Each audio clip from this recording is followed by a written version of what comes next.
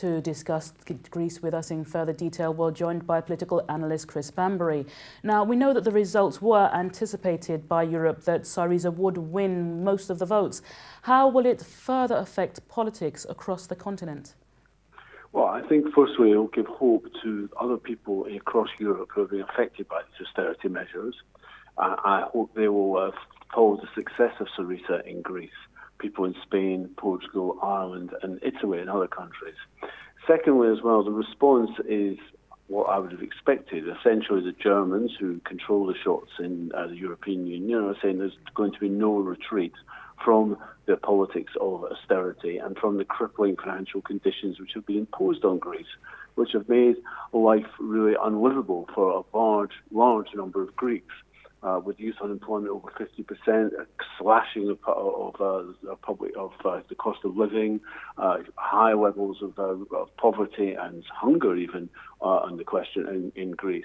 And I think it's arrogant of politicians in Berlin and Brussels to just simply ignore the results in Greece. People have spoken out and they've rejected austerity because it's been affecting their lives and affecting their lives very badly.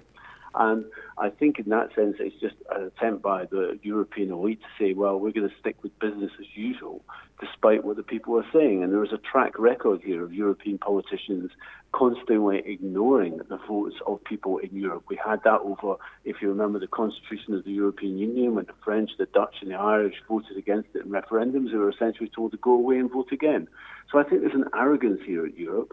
And I think it's going to rebound to an extent on the weight of the European elites, because other people are beginning to look at this and draw the conclusion they're not prepared to vote for the established parties of both centre-left and centre-right, and they're looking for alternatives. You mentioned other people looking at this. Well, let's talk about the other European countries that are also crippled by austerity.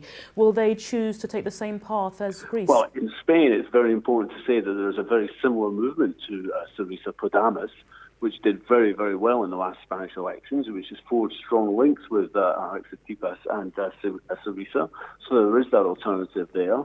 In Italy, there's nothing there. But we saw as well the spectacular rise, if you remember, of Beppe Grillo's five-star movement from nowhere to big success in the European elections. That nationalist politics are very different from Syriza.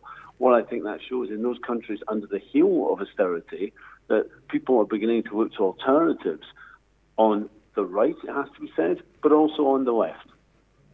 Now, we know that you've mentioned that Germany feel that there's no retreat for Greece, but they're obviously going to have to handle the blow because Greece wants to negotiate. What will that look like? Well, I think the Greeks have said they want to retreat from austerity, they want to create jobs, they want to increase welfare.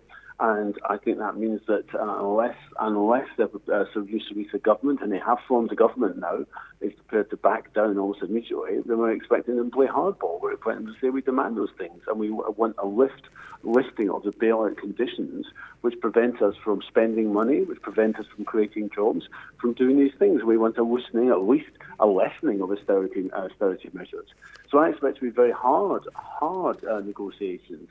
And I think for the Syriza government, I suspect there are many inside it who are already saying we need to prepare to mobilise the people of Greece behind us and indeed call for support from elsewhere in southern Europe and in Europe generally, for people to come out in support of the new Syriza government in rejecting these austerity measures.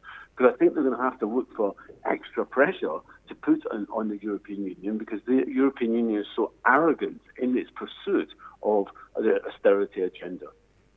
Chris Bambery, political analyst, thank you very much for joining us today.